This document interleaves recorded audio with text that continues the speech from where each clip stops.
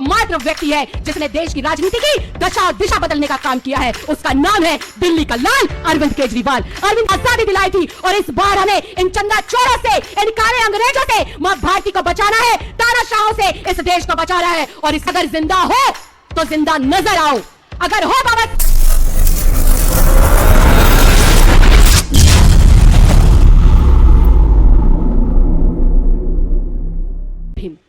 मुझसे पूर्व तमाम वक्ताओं ने अपनी बात रखी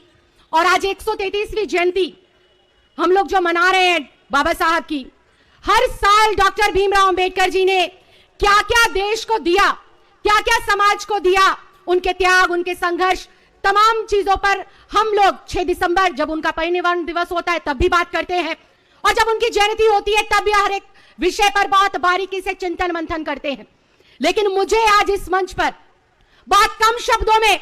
और बहुत कम समय के अंदर आपके सामने सिर्फ एक बात रखनी है कि अगर जिंदा हो तो जिंदा नजर आओ, अगर हो बाबा साहब के अनुयायी तो हिम्मत नजर आकर लाओ, अपने अंदर वो ताकत लेकर आओ जिस तरह से लाखों यातनाएं सहकर, लाखों प्रताड़ना सहकर वो उम्मीद की किरण, वो एक जलती हुई मशाल जो अपने अस्तित्व के होते हुए भी और इस धरती पर से जाने के बाद भी हजारों करोड़ों लाखों लोगों को हाशिए पर से उठाकर मुख्य धारा के अंदर जोड़कर गया है, उसकी अगर तिनके भर भी आपके अंदर ऊर्जा है, उनके अगर तिनके भर भी आपके अंदर आत्मा है, उनके मार्गदर्शन पे अगर आप, उनके पद चिन्हों पर जीवन में अगर आप एक बार भी चले हैं तो इस बार उस संविधान को बचाना है, लोकतंत्र की आत्मा को बचाना है। यह संघर्ष चुनाव जीतने, चुनाव हारने का नहीं है। यह संघर्ष सरकारों को बचाने, सरकारों को बनाने का नहीं है। यह संघर्ष किसी को जेल के अंदर से या किसी को जेल के बाहर से निकालने का नहीं है। यह संघर्ष है इस देश की आत्मा को बचाने का। यह संघर्ष है बाबा साहब के सपने को पूरा करने का। यह संघर्ष है संविधान को बचाने का। इस वक्त जरूरी हो चुका है कि अरविंद केजरीवाल जी के समर्थन में जितनी हजारों लाखें आवाज उठ रही है, एक चिड़िया बनकर उन आवाजों को हमें मजबूती देने का काम करना है। इसलिए नहीं कि पार्टी विशेष के साथ अत्याचार हो रहा है, इसलिए नहीं कि देश के अंदर चुनाव हो रहा है, इसलिए कि यह आजादी की दूसरी लड़ाई है। उस वक्त भी हजारों हजार स्वतंत्रता सेनानियों ने अपने प्राणों की आहुति देकर मां भारती के सीने को गर्व से चौड़ा करते हुए आजादी दिलाई थी। और इस बार हमें इन चंदा चोरों से, इन काले अंग्रेजों से मां भारती को बचाना है, तानाशाहों से इस देश को बचाना है। और इस वक्त इस देश को बचाने के लिए अग्रिम पंक्ति में जो संघर्ष करते हुए नजर आ रहे हैं वो एकमात्र व्यक्ति है जिसने देश की राजनीति की दशा और दिशा बदलने का काम किया है। उसका नाम है दिल्ली का लाल अरविंद केजरीवाल। अरविंद केजरीवाल किस मिट्टी का बना है यह भारतीय जनता पार्टी वाले नहीं जानते। अरविंद केजरीवाल किस मिट्टी का बना है और उसके साथी किस मिट्टी के बने हैं इन तानाशाहों को पता ही नहीं है।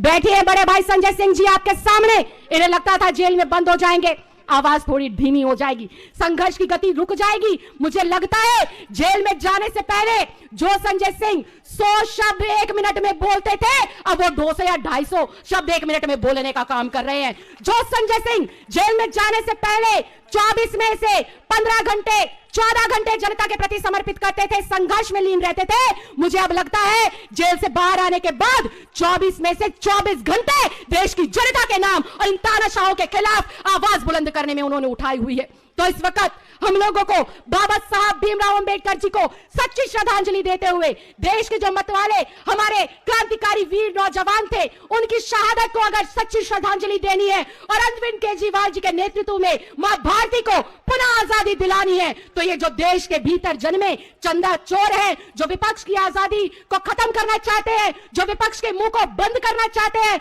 चुनाव को एक तरफा हथियाना चाहते हैं, तो लोकतंत्र के इस महापर्व के अंदर आप सब लोग दिखा दीजिए कि तानाशाहों का खात्मा हमेशा आजादी के मतवालों ने किया है, हमेशा इस देश के बेटे बेटियों ने किया है। तो आज जहां जहां तक मेरी आवाज पहुंच रही है और जितने लोग मेरे समक्ष बैठे हैं, आप सब लोगों से मैं इतनी ही विनती और प्रार्थना करना चाहूंगी, यह संघर्ष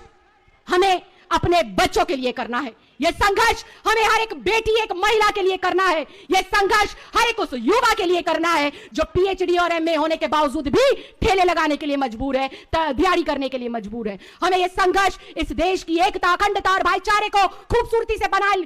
रखने के लिए करना है। हमें यह संघर्ष अपनी संविधान और इस लोकतंत्र की आत्मा को बनाए रखने के लिए करना है। और इस संविधान और इस लोकतंत्र की आत्मा है एक मजबूत विपक्ष, एक ऐसी सरकार जो आखिरी पंक्ति में खड़े हुए व्यक्ति की हर एक उस उम्मीद को पूरा करने का काम करे जिसके उम्मीद में, जिसकी एवज में उसने उस सरकार को चुना है। और आज मुझे फक्र है, मुझे गर्व है, मैं ऐसी पार्टी का हिस्सा हूं, मैं ऐसे नेता के नेतृत्व में अपने देश के लिए सेवा कर पा रही हूं जो डॉक्टर भीमराव अंबेडकर जी के सपने के लिए दिन रात जीते हैं और दिन रात मेहनत करते हैं। तत्परता से महिलाओं के सम्मान की बात हो, जिसकी आधी आबादी के लिए डॉक्टर भीमराव अंबेडकर जी ने अपने पद को त्याग दिया था, उन महिलाओं के स्वास्थ्य की बात हो, उनको सम्मान देने की बात हो, या फिर शिक्षा के ऊपर जितना जोर था माननीय भीमराव अंबेडकर जी का, उस शिक्षा के पीछे दिन रात संघर्ष करने की बात हो, और या फिर बात हो मां भारती को एकजुट कर अपने तमाम बेटे बेटियां भाई बहनों को एकजुट कर देश के लिए संघर्ष करते हुए